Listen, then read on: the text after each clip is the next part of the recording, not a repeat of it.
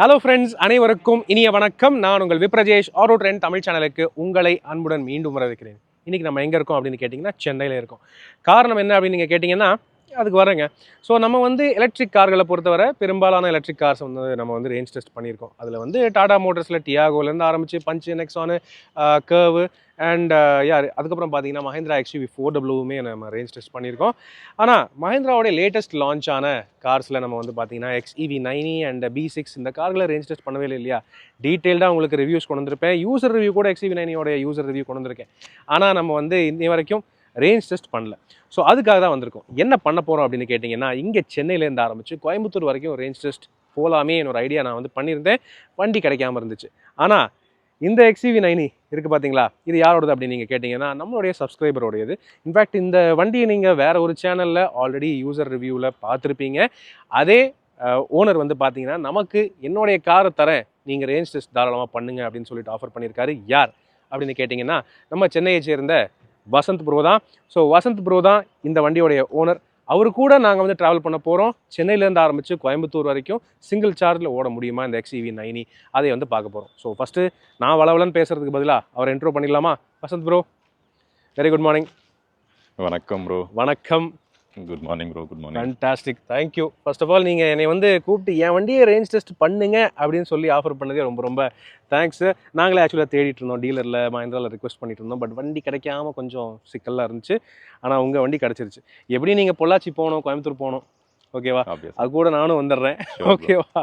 So Vasanth bro தான் பார்த்தீங்கன்னா இந்த வண்டியோடைய ஓனர். ஆல்ரெடி இவர் நீங்கள் வேறு ஒரு சேனலில் பார்த்துருப்பீங்க. ஸோ அவருடைய யூசர் ஃபீட்பேக்லாம் கண்டிப்பாக நல்லா தான் இருக்கும். பட் இனிமேல் நம்மளும் தெரிஞ்சுக்கணும் இல்லையா? ஸோ ஃபர்ஸ்ட் திங், XEV90 இந்த வண்டியோடைய எத்தனை கிலோமீட்டர் ஓட்டிருக்கீங்க ப்ரோ? இது இப்போ 6000 கிராஸ் பண்ணியாச்சு ப்ரோ. 6100. வண்டி டெலிவரி எடுத்தது April. So May and June 2 monthsல 6000 cover பண்ணியிருக்கேன். பரவாயில்லையே, ஒரு நார்மல் பெட்ரோல் கார் ஓட்டுறதை விட அதிகமாக தான் ஓட்டுறாரு. இந்த எக்ஸ்பீரியன்ஸ், இந்த 6000 கிலோமீட்டர் ஓட்டின எக்ஸ்பீரியன்ஸ் ஒன் வேர்டில் எப்படி சொல்வீங்க நீங்கள்? Awesome bro. Awesome. Awesome. Okay, டெஃபினட்டா அந்த ஒன் வேர்ட் கேட்டிங்கன்னா ஆசம் தான். நீங்கள் ஒரு பெரிய சென்டென்ஸ் கேட்டாலுமே ஆசம் தான். சிம்பிளாக நீட்டாக பேசுகிறாரு, சூப்பரான விஷயம். ஸோ மேலும் நிறையா விஷயங்கள் நம்ம பேசி தெரிஞ்சுக்கலாம். XEV90 ஒரு இன்ட்ரெஸ்டிங்கான ஒரு டிரைவாக தான் இருக்க போகுது. இது 79 கிலோவாட் ஒரு பேட்டரி பேக்கோட வரக்கூடிய வண்டி. ரேஞ்ச் அப்படின்னு பார்த்தீங்கன்னா 656 கிளைம் பண்ணுறாங்கன்னு நினைக்கிறேன், ரைட்? ஸோ 656 அவங்க கிளைம் பண்ணுறாங்க. ஆனால் நமக்கு இங்கே சென்னையிலேருந்து கோயம்புத்தூர் பார்த்தீங்கன்னா 480 சம்திங் என்னமோ தான் வருது, நீலாம்பூர் வரைக்கும், சார்ஜிங் ஸ்டேஷன் வரைக்கும், ஓகேவா? ஸோ இந்த ஒரு சார்ஜில் இது ஓட்ட முடியுமா, அதுதான் மெயினாக பார்க்க போகிறோம். ஸோ இதே மாதிரி தொடர்ந்து மேலும் பல யூசர் ரிவ்யூஸ் அண்ட் டீட்டெயில்டான டிரைவ் ரிவ்யூஸ், ரேஞ்ச் டெஸ்ட் இந்த மாதிரி எல்லாமே உங்களுக்கு வேணும்னா அவசியம் நம்ம ஆட்டோ ட்ரெண்ட் தமிழ் சேனலுக்கு சப்ஸ்கிரைப் பண்ணுங்கள். ரொம்ப இன்ட்ரெஸ்டிங்காக இருக்கும், உங்களுக்கு ரொம்ப யூஸ்ஃபுல்லாக இருக்கும், ஓகேவா? ஸோ நம்ம போயிடலாமா? இப்போ ஷோர் ப்ரோ, ரேஞ்ச் டெஸ்ட் பண்ணலாம் இல்லையா? கண்டிப்பாக புழிஞ்சு எடுக்கலாம். மோஸ்ட் வாண்டட் 100% இப்போ இருக்குது. நம்ம எவ்வளோ புழிய முடியுமோ அவ்வளோ புழிஞ்சு இந்த வண்டியில் ரேஞ்ச் எடுக்கிறோம். Super. So as of now பார்த்தீங்கன்னா வண்டி நம்ம ஸ்டார்ட் பண்ணும்போது ரீசெட் பண்ணிட்டோம். மீட்டர் 100% சார்ஜுக்கு 460 என்னமோ ஓடுன்னு காட்டுது. பட் ரியல் வேர்ல்டில் எப்படி ரீச் அண்ட் பிரேக்கிங்லாம் யூஸ் பண்ணி இன்னும் இன்க்ரீஸ் ஆக வாய்ப்பு இருக்குது. ஸோ வாங்க எப்படி இருக்குங்கிறத பார்ப்போம், உள்ளே போகலாம்.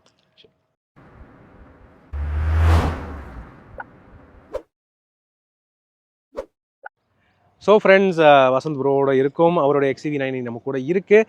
என்னதான் இருந்தாலும் யூசர் ரிவ்யூ அப்படின்னு இருக்கும்போது சில பல கேள்விகள் கேட்டு தான் அப்புறம் ஆரம்பிக்கலாம் ரேஞ்ச் டெஸ்ட் அப்படின்னு இருக்கேன். So first thing, Vasanth bro, XEV90 ஏன் எடுத்தீங்க அண்ட் அந்த டைமில் வேறு என்னென்ன வண்டி பார்த்தீங்க? Sure bro. ப்ரோ, நான் இதுக்கு முன்னாடி வச்சிருந்த வண்டி டிசையர். ஸோ அது என்னுடைய 2017 வாங்கினேன். 8 years வச்சிருந்த வண்டி. எனக்கு அந்த வண்டியில் தான் அப்கிரேட் ஆகணும்னு இப்போ ரீசெண்ட் டைமாக யோசிக்க ஆரம்பிச்சு. லாஸ்ட் இயர்லாம் அப்கிரேட் பண்ணணும்னு மைண்ட் செட் பண்ணிட்டேன். அப்போது அப்கிரேட் பண்ணணும்னு நான் நினைக்கும்போது செப்டம்பர், அக்டோபர், நவம்பர் டைமில் நான் அனலைஸ் பண்ண வண்டிகள் நிறையா. அதில் சில விஷயம் நான் வச்சுருந்தேன். என்னென்னா, மெயின் ரீசன் நான் அப்கிரேட் பண்ணணும்னு நினச்சது என் ஹைட்டுக்கு எனக்கு அந்த செடான் கொஞ்சம் கஷ்டமாக இருக்குது. அதேமாதிரி ஃபேமிலியுமே கொஞ்சம் அன்கம்ஃபர்டபுளாக தான் இருக்காங்க காம்பேக்ட்ன்றனால. ஸோ இந்த வாட்டி கொஞ்சம் ஸ்பேஷியஸாக போகலாம், பெரிய வண்டியாக போகலாம் அப்படின்னு நான் வண்டியை எக்ஸ்ப்ளோர் பண்ணும்போது என் மைண்டில் SUV types. So utility vehicle தான் வாங்கணும்னு முடிவு பண்ணிட்டேன். அப்போது நான் நிறைய வண்டி பார்த்தேன். டாட்டாலையும் ஒரு சில வண்டி பார்த்தேன். டாட்டாவில் சீட் ப்ராப்ளம், எனக்கு என் ஹைட்டுக்கு சீட்டு கம்ஃபர்டபுளாக இல்லை. அதுக்கப்புறம் சொல்கிறீங்க? ஆமாம், நெக்ஸான் என்னுடைய பேக் ஷோல்டர் லைனில் வராது, இவ்வளோ தான் வரும். அதுக்கப்புறம் பார்த்தீங்கன்னா நான் பார்த்த வண்டி கிரெட்டாவுமே எடுத்து டெஸ்ட் ட்ரைவ் பண்ணிட்டேன். கிரெட்டாவில் இருந்த அந்த ADAS ஃபீச்சர்லேருந்து எல்லாமே எனக்கு ரொம்ப பிடிச்சிருந்தது. ஸ்டில் அதில் எனக்கு ஒரு சில விஷயங்கள் பிடிக்காதது என்னென்னா கிரெட்டாவில் பவர் எனக்கு கம்மியாக இருக்க மாதிரி இருந்தது. டீசல் வண்டி. ஆமாம், நான் பார்த்தது டீசல். ஸோ எனக்கு பவர் கம்மியாக இருக்க மாதிரி இருந்தது. வேறு ஆப்ஷன்ஸ் என்னென்னு பார்க்கலான்னு பார்த்தா 700, அதுக்கப்புறம் வேறு என்னென்ன வண்டி இருக்கோ எல்லாமே லிஸ்ட் போட்டு நான் பார்த்துட்டு இருந்தேன். சரி, எனக்கு அப்புறம் என் ஒய்ஃபுக்குமே பிடிச்சி ஓரளவு கிரெட்டான்னு ஃபைனலைஸ் பண்ணி கிரெட்டா புக்கிங் வரைக்கும் போயிட்டோம். இது வந்து அக்டோபரில் நாங்கள் கிரெட்டா புக் பண்ணிடலாம், இயர் அண்ட் ஆஃபர் வரும், அதில் புக் பண்ணிடலான்ற அளவுக்குலாம் போயாச்சு. அப்போ தான் ஏதோ திடீர்னு ஒரு உதயம் மாதிரி இந்த வண்டி ஸ்பார்க் ஆச்சு யூடியூப்பில். என்ன புதுசாக வண்டி வந்திருக்கு அப்படின்னு பார்க்கும்பொழுது இந்த வண்டியோட ஃபீச்சர்ஸை பற்றி எக்ஸ்பிளைன் பண்ணிட்டு இருந்தாங்க. இன்ஃபேக்ட் அது ப்ரீ லான்ச்க்கு முன்னாடியே. அப்போது பார்க்கும்போது வண்டியில் இருக்க ஃபீச்சர்ஸ்லேருந்து, வண்டியோட சைஸ்லேருந்து, அதனுடைய ஸ்டைல், கூப்பே ஸ்டைல்லேருந்து எல்லாமே ஏதோ வித்தியாசமாக இருக்குது, இதை நம்ம பார்க்கலான்னு ஆரம்பித்தேன். அப்போ பார்க்கலான்னு ஆரம்பிக்கும்போது தான் உங்களுடைய வீடியோஸ் பார்ப்ப ஆரம்பிச்சது. வண்டியோட லான்ச் டைமில் நீங்கள் போட்ட வீடியோஸ், யூடியூப்ல ரோல் ஆன வீடியோஸ் எல்லாமே பார்த்த உடனே எனக்கு ரொம்ப இந்த வண்டி மேலே ஒரு கிரேஸ் அதிகமாகிடுச்சு. இந்த வண்டி மேலே இருந்த ஆர்வம் என்னென்னா, என் ஒய்ஃபை நான் கல்யாணம் பண்ணிக்கிறதுக்கு முன்னாடி எப்போ இவங்களை கல்யாணம் பண்ண போகிறோன்னு ஒரு ஆர்வம் இருந்தது இல்லையா, அதே அளவான ஆர்வம் இந்த வண்டி எப்போ நான் எடுத்து ரோட்டில் ஓட்டுவேன் அப்படின்ற மாதிரி ஆச்சு. பட் இந்த 9E அப்படின்றது லாஸ்ட் மொமெண்ட் சேஞ்ச் தான் ப்ரோ. நான் 6Eன்றது ஃபிக்ஸ் பண்ணிட்டேன். கரெக்ட். இப்போ 6 அதனுடைய பேர் BE6. அதுதான் ஸ்டைல், ஐ மீன் எக்ஸ்டீரியர் அப்பியரன்ஸ்லாம் பார்த்து எனக்கு ரொம்ப பிடிச்சி அந்த வண்டின்றது மாதிரி தான் என் மைண்டு ஃபுல்லாக அதுதான் ஃபோக்கஸ் பண்ணி வச்சுருந்தேன்.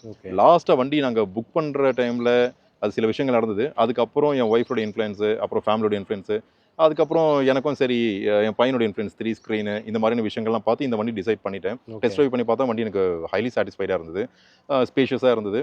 அதுக்கப்புறம் இந்த வண்டியோட பட்ஜெட்டில் இது கொடுக்குற ஃபீச்சர்ஸ் வேறு எந்த வண்டி கொடுக்குதுன்னு கம்பேர் பண்ணி பார்த்தேன். மோஸ்ட் ஆஃப் த ரெஃபரன்ஸ் உங்கள் வீடியோ தான் எடுத்தேன். எந்த ஒரு வண்டியுமே இதில் கொடுக்குற பாதி ஃபீச்சர்ஸ் கூட தரல. அதுதான் உண்மை. இது நான் 32 lakhs கொடுத்து எடுத்து இதில் இருக்க ஃபீச்சர்ஸு வேறு எந்த வண்டியில் இருக்குன்னு பார்த்தா ஹை ரேஞ்ச் காரில் இருக்கிற ஃபீச்சர்ஸை விட இதில் அதிகமாக இருக்குது. ஸோ அதுதான் ஒன் அண்ட் ஒன்லி ரீசன் இந்த வண்டிக்கு நான் போனது. இதை விட பெரிய முக்கியமான ரீசன் என்னன்னு பார்த்தீங்கன்னா, இது மஹிந்திரா ப்ராடக்ட். என்னுடைய சின்ன வயசுலேருந்து நான் நம்மளோட இந்தியன் ப்ராடக்ட்ஸ்க்கு கொஞ்சம் இம்பார்ட்டன்ஸ் கொடுப்போம் ப்ரோ, நேட்டிவ் ப்ராடக்ட் அப்படின்ற பட்சத்து. ஸோ நான் மோஸ்ட்லி யூஸ் பண்ண டூத் பிரஷ்லேருந்து எல்லாமே வந்து இந்தியன் மேனுஃபேக்சரர் தான் இருக்கணும் அப்படின்றது தான் இப்போ இருக்கணும், அப்படி தான் ஃபாலோ பண்ணிட்டு இருக்கேன். அப்படின்ற பட்சத்தில் நம்ம மஹிந்திரா இந்த மாதிரி ஒரு சூப்பர் மாசம் மீன்ஸ் ஒரு பயங்கரமான வண்டி கொடுத்துருக்காங்களே அப்படின்ற ஒரு திருப்தி, அதனுடைய வெளிப்பாடு தான் இந்த வண்டி நம்ம கூட. அதுவே ரொம்ப பெருமையாக இருந்திருக்குமே. ரொம்ப proud, seriously proud to be part of Mahindra bro. Super, fantastic. Actually நல்ல ஒரு ஆஸ்பெக்ட் ஆஃப் அ ஸ்டோரி அப்படின்னு கூட சொல்லலாம். ஜெனரலாக நம்ம எல்லாருமே இந்தியன் ப்ராடக்ட்டை சப்போர்ட் பண்ணணும் அப்படின்னு ஆசைப்படுவோம். அதில் வந்து எனக்கு தெரிஞ்சு இந்தியன் EV கார்ஸ்லேயே இதுதான் இப்போதைக்கு கரண்ட் ஃப்ளாக்ஷிப்னு சொல்லலாம். அந்தளவுக்கு அடுத்த லெவல் கொண்டு போயிட்டாங்க. இன்ஃபேக்ட் இப்போ தான் டெஸ்லா லான்ச் ஆயிருக்கு. ஸோ டெஸ்லாவையும் இந்த வண்டியும் கம்பேர் பண்ணுறாங்க. டெஸ்லா வந்து 59 lakhs எக்ஸ்ஷோரூம் வருது பேசிக் வேரியன்ட். அதை இதோட கம்பேர் பண்ணுறாங்கன்னு இருக்கும்போது அந்தளவுக்கு டெக்னாலஜி இருக்குது, எந்த அளவுக்கு இருக்குன்னு இம்ப்ரூவ் பண்ணியிருக்காங்க. டெக்னாலஜி இருக்குது அப்படின்றது ஒன்று, அந்த டெக்னாலஜி எந்த அளவுக்கு நமக்கு ஃப்ரெண்ட்லியாக யூஸ் பண்ண முடியுதுன்றது ஒன்று. இது யூசர் ஃப்ரெண்ட்லி ப்ரோ இந்த வண்டியோடைய டெக்னாலஜிஸ் எல்லாமே. அண்ட் இந்த காரில் நமக்கு போகும்போது போரிங் இருக்காது. நிறைய இன்ட்ரெஸ்டிங் ஃபீச்சர்ஸ் இருக்குது. மீனிங் லைக் இன்னும் ஒரு 5-10 years கழிச்சு நம்ம காமனாக யூஸ் பண்ணி, இப்போ 5-10 years, ஒரு 10 years முன்னாடி பார்க்கும்போதுலாம் நம்ம எடுக்கிற காரில் ப்ளூடூத் கனெக்டிவிட்டியை ஒரு பெரிய அட்வான்ஸ்மெண்ட்டாக பார்த்தோம் 10 years பிஃபோர். ஆனால் இப்போ ப்ளூடூத் கனெக்டிவிட்டின்றது வெரி மினிமல். ஆமாம், அந்த மாதிரி. ஸோ அந்த மாதிரி பார்க்கும்பொழுது இந்த ட்ரெண்டுக்கு இப்போ இருக்கிற ஜென்ரேஷனுக்கு இதில் இருக்க டெக்னாலஜி நெக்ஸ்ட் ஒரு 5 to 7 years டெஃபினட்டாக சர்வைவ் ஆகும் ப்ரோ. கண்டிப்பாக, டெஃபினெட்லி ஆகும். இந்த வண்டிக்கு காம்படிஷனாக கரண்ட்லி எந்த வண்டியும் இல்லை. இந்த ப்ரைஸில் இந்த வண்டி காம்படிஷனாக ஒரு வண்டி கொண்டு வரதுக்கு அட்லீஸ்ட் ஒரு 3-4 years ஆகும். கண்டிப்பாக ஆகும் ப்ரோ. பார்ப்போம். ஹேரி ரிவி வருது அடுத்த வாரம். நம்ம வந்து ஹேரி ரிவி ரேஞ்ச் டெஸ்ட் உங்களுக்கு நான் கொண்டு வர தான் போகிறேன். ஸோ பொறுத்திருந்து பார்ப்போம். ஆஸ் ஆஃப் நோ இந்த வண்டி ரேஞ்ச் டெஸ்ட் பண்ணலாம் இல்லையா? கண்டிப்பாக ப்ரோ. ஓகே, புரிஞ்சு எடுக்கலாம்னு சொல்லிட்டீங்க. இன்னொரு விஷயம், நான் இந்த வண்டி கன்சிடர் பண்ணதுக்கு ரீசன்ஸ் ப்ரோ, எனக்கு முதல்ல EV ஆப்ஷனே இல்லை மைண்டில். டீசல் மோட்டார் தான் நான் ஃபிக்ஸ் பண்ணியிருந்தேன். இந்த வண்டியோட ஃபீச்சர்ஸ் டெக்னாலஜிஸ் பார்த்து தான் சரி ஓகே நம்ம EV டீசல் காம்ப்ரமைஸ் பண்ணிக்கலாம், EV போகலான்னு நினச்சி எடுத்தேன். இப்போ இந்த வண்டி எடுத்ததுக்கப்புறம் எனக்கு இனிமேல் நான் ஃபியூச்சரில் எடுக்க போகிற வண்டியும் EV தான் எடுக்கணுன்ற மாதிரி என் மைண்டு அடாப்ட் ஆகுது. மீன்ஸ் அந்த டிரைவபிலிட்டி, அதுக்கப்புறம் இதில் கொடுக்குற ரேஞ்ச். எஸ், ஸோ இது சாலிடாக எனக்கு 500 ரேஞ்ச் கொடுத்துருது ப்ரோ. கொடுத்துருக்கா? நான் என்னுடைய ஃபர்ஸ்ட் எக்ஸ்பீரியன்ஸ் அதுதான். நான் ப்ரீவியஸ் வீடியோவில் பேசியிருப்பேன். சென்னை டு திருச்செந்தூர் போகும்பொழுது அந்த ரோட் ட்ரிப்பு, அதுக்கப்புறம் பொள்ளாச்சி டு சென்னை வந்த ரோட் ட்ரிப் பற்றி பேசியிருப்பேன்.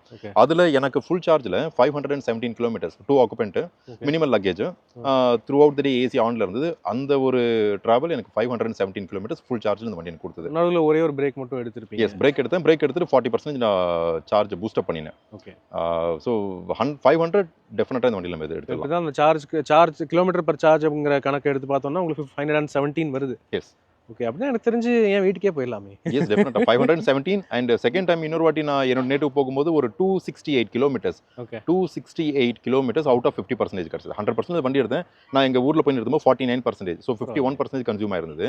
அப்போ எனக்கு 268 கிலோமீட்டர்ஸ் கவர் ஆயிருந்தது. அதுவுமே நான் பார்த்தேன். அதே மாதிரி அப் ஹில் டவுன் ஹில் ஸோ நிறைய விஷயங்கள் இருக்குது. நான் டிரைவில் உங்களுக்கு அதை பற்றி இப்போ பேசுகிறேன். ஏற்கனவே நீங்கள் ஹில்ஸும் போயிருக்கீங்க. ப்ரோ இந்த வண்டி எடுத்து 2 மந்த்ஸில் திருச்செந்தூர் போயிருக்கு, தூத்துக்குடி போயிருக்கு, பொள்ளாச்சி 2 டைம்ஸ் போயிருக்கு, ம். மூணார் மலை ஏறி இறங்கியிருக்கு, கொடைக்கானல் மலை ஏறி இறங்கியிருக்கு. இப்போ நம்ம மறுபடியும் கோயம்புத்தூர் போகிறோம். ரைட். ஸோ ஸோ இவர் தாங்க சரியான ஆள். சரி, ஓகே, ஸ்டார்ட் பண்ணலாமா? ஷூர் ஏன்னா டைம் ஆஸ் ஆஃப் நோ வந்து பார்த்தீங்கன்னா 10:30 ஆயிடுச்சு. ஸோ நம்ம வந்து கிளம்பி போகிறதுக்கு எப்படியும் மினிமம் 7 மணி நேரம் ஆகும்னு நினைக்கிறேன். பிரேக் எல்லாம் எடுப்போமா இல்லையான்னு தெரியல. ஒரு பிரேக் கண்டிப்பாக எடுப்போம் லஞ்சுக்கு. கண்டிப்பாக எடுப்போம். பார்த்துக்கலாம். வாங்க ஃப்ரெண்ட்ஸ், நம்ம வந்து ரேஞ்ச் டெஸ்ட் போகலாம். நீங்கள் ஓட்டிங்களா நான் ஓட்டுவா? Your wish bro. First of all எங்கள் கூட வர்றதுக்கு ரொம்ப ரொம்ப தேங்க்ஸ். யாருமே இந்த அளவுக்கு பொறுமையாக இருக்க மாட்டாங்க. ப்ரோ ரொம்ப பொறுமையாக இருக்காரு. நம்ம போகலாம் வாங்க. தேங்க்யூ. ஓகே, ஏதோ மஹிந்திராவுடைய சிட்டி, இது மஹிந்திரா வேர்ல்டு சிட்டி, இந்த இடத்த தாண்டுறோம். ஸோ ஆக்சுவலி என்ன ஆயிடுச்சுன்னா, நாங்கள் கிளம்பி கொஞ்சம் பிரேக் எடுத்து பொறுமையாக சாப்பிட்டுட்டு அப்புறம் வேற ஒரு ஃப்ரெண்டு வந்தாங்க, அவங்க கூட பேசிட்டு கிளம்புறதுக்கு கொஞ்சம் லேட் ஆயிடுச்சு. இப்போ தான் நம்ம வந்து சென்னை விட்டு வெளியே வர்றோம். Salem 290, Coimbatore 450. As of now இந்த டைமிங்கில் நம்ம எவ்வளோ கவர் பண்ணியிருக்கோம்னு பார்த்தீங்கன்னா, ரேஞ்ச் வந்து 89% இருக்குது. ஊருக்குள்ளே அந்த டிராஃபிக்லேயே கொஞ்சம் சார்ஜ் வந்து கன்சியூம் ஆகிடுச்சு. 51 கிலோமீட்டர் கவர் பண்ணியிருக்கோம். இப்போ 88% சார்ஜ் வந்துருச்சு. அப்படி இருந்தும் 399 கிலோமீட்டர்ஸ் ரேஞ்ச் ஓடுங்கிறது காட்டுது. So yes Vasanth bro, yes bro. உங்களுடைய எஸ்டிமேஷன் என்ன? ப்ரோ இப்போ இதில் காட்டுற range 398 and covered kilometres 52. So நீங்கள் சம் பண்ணி பார்த்தீங்கன்னா 450 கிலோமீட்டர்ஸ் தான் இருக்குது. Correct. But I'm still sure அதை நம்ம கண்டிப்பாக பீட் பண்ணுவோம். நம்ம அதையும் கிராஸ் பண்ணி 500 க்ளோசர் கண்டிப்பாக போயிடுவோம். ஸோ மெயின் சீக்ரெட் என்னன்னா, நீங்கள் ஈவிஸில் ரீஜென்ரேஷன் பிரேக்கிங் அது எந்த அளவுக்கு யூஸ் பண்ணுறீங்களோ அந்த அளவுக்கு உங்களுக்கு வந்து பெனிஃபிஷியல். கரெக்ட். ஸோ பார்ப்போம். நம்ம வந்து ரொம்ப ஸ்லோவானும் போக போகிறது இல்லை. 70, 80, மேக்ஸிமம் 100. S bro. நம்ம 70, 80 கூட வேண்டாம். நம்ம யூஸ்வலாக ஐஸ் இன்ஜின் ஓட்டுற ஸ்பீடு தான் ஒரு 90, 95, 100 டீசன்ட் ஸ்பீடு. அதே ஸ்பீடை நம்ம மெயின்டைன் பண்ணுவோம். அண்ட் ரீஜெனரேஷன் ஹைவேல நமக்கு அந்த அளவுக்கு பெனிஃபிஷியலாக இருக்காது. So most of the time நம்ம ஆக்சிலேட் கொடுத்துட்டே இருப்போம். அதனால இதில் ரீஜெனரேஷன் நம்ம பெருசாக எக்ஸ்பெக்ட் பண்ண முடியாது. But still I am sure with my experience இந்த லாஸ்ட் 2 மந்த்ஸில் பார்த்து வந்ததை வச்சு சொல்கிறேன், இதில் காட்டுற ரேஞ்ச் 398, பட் டெஃபினட்டாக ஸ்டில் 450 நம்மளுக்கு ரேஞ்ச் எடுக்க முடியும். ஓகே, பார்ப்போம். யா, ஃபிங்கர்ஸ் கிராஸ்ட். ஸோ ஆக்சுவலி ஆனால் போயிருங்கிற ஒரு நம்பிக்கை எனக்கு இருக்குது. பார்ப்போம். அப்படி இல்லைனாலும் போகிற வழியில் சார்ஜிங் ஸ்டேஷன்ஸ் இருக்குங்க, ஒன்றும் பிரச்சனை இல்லை. ஸோ பிளான் பி, பிளான் சிலாம் இங்கே கிடையவே கிடையாது. பிளான் ஏ, நம்ம கோயம்புத்தூர் போகிறோம் with full charge and full time AC on, 3 occupant and luggage நம்மளுக்கு இருக்குது ஃபுல்லாகவே.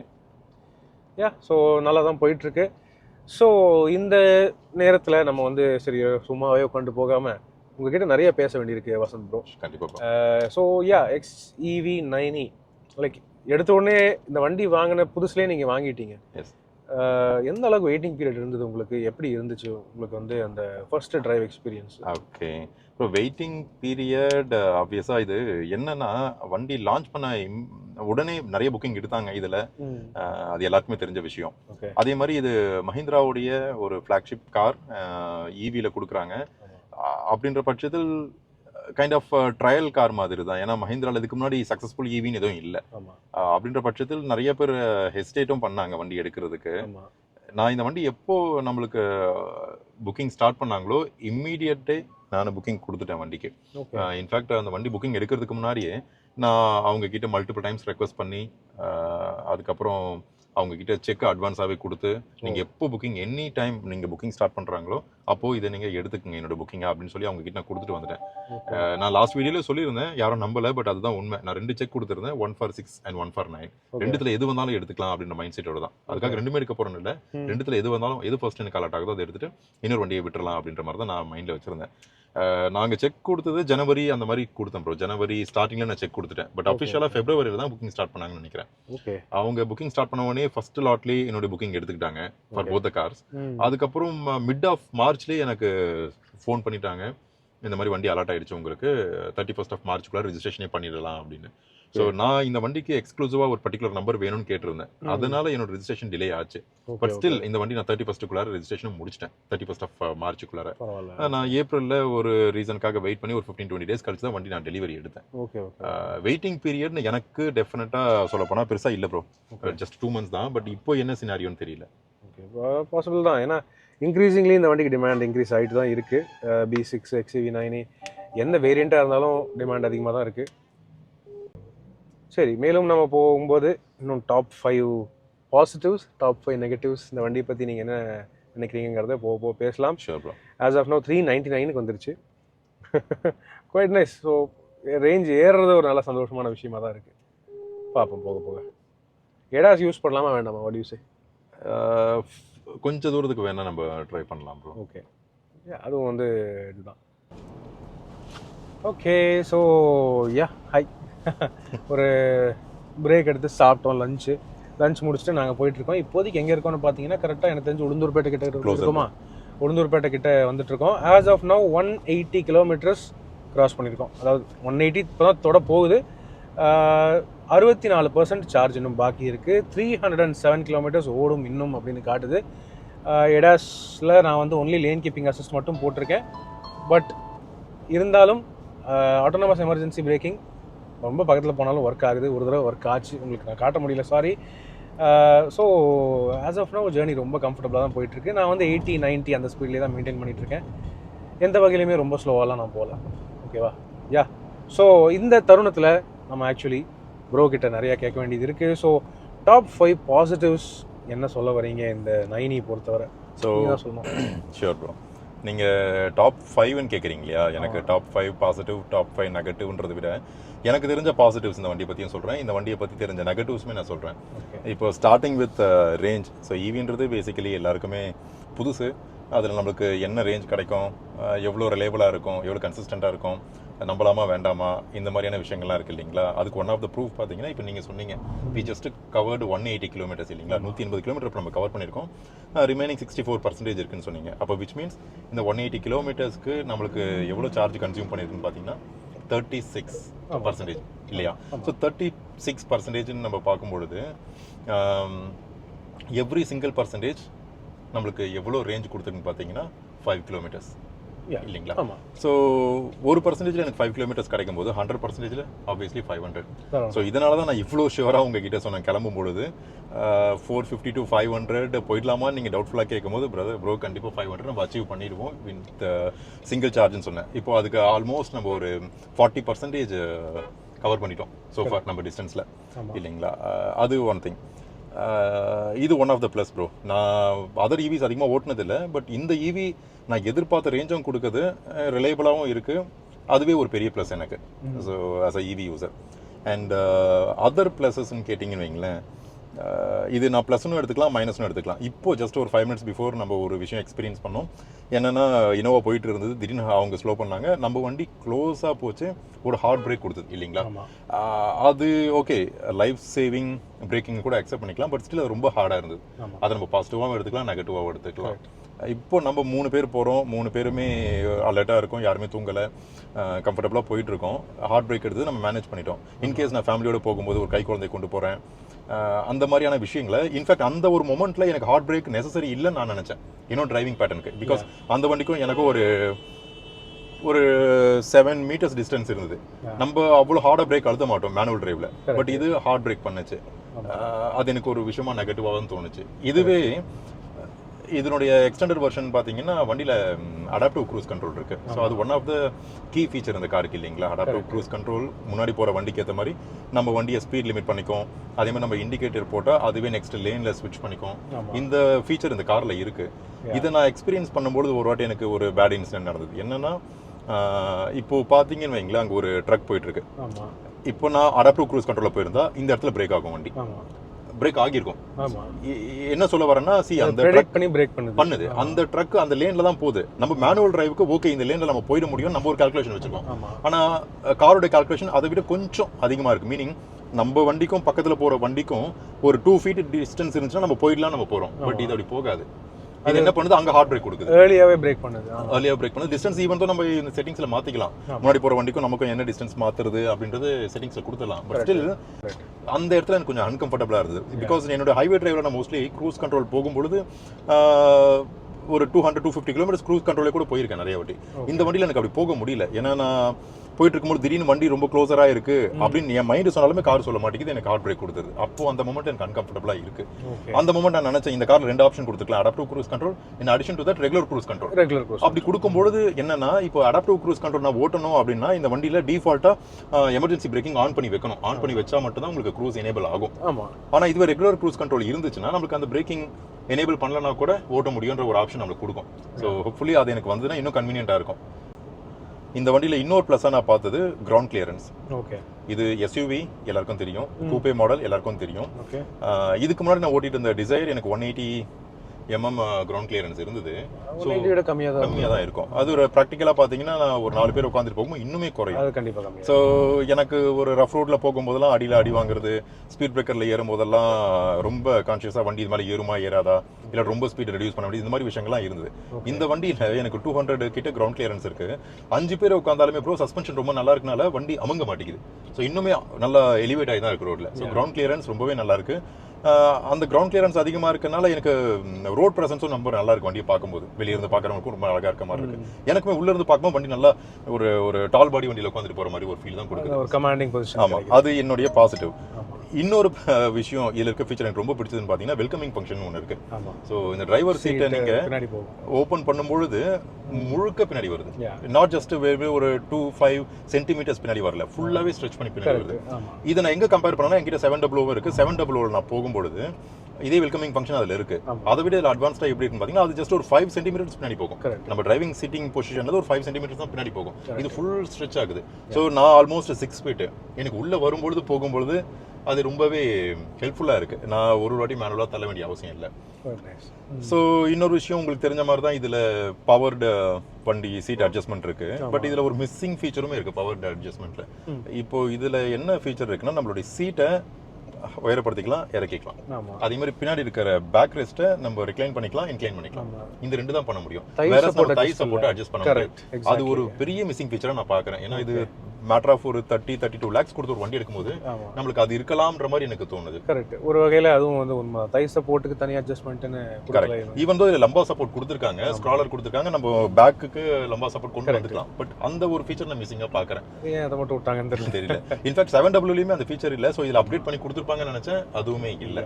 இன்னொரு பாசிட்டிவ் அண்ட் நெகட்டிவ் நான் எல்லாமே மிக்ஸ் பண்ணியே சொல்லிடுறேன் ப்ரோ. இதில் நம்மளுக்கு இது இருக்கு, அது என்னது வெண்டிலேட்டட் சீட் இருக்கு. ஸோ எனக்கு இதுதான் ஃபர்ஸ்ட் டைம் வெண்டிலேட்டட் சீட்டை யூஸ் பண்றது. இன்ஃபேக்ட் 7W தான் ஃபர்ஸ்ட்.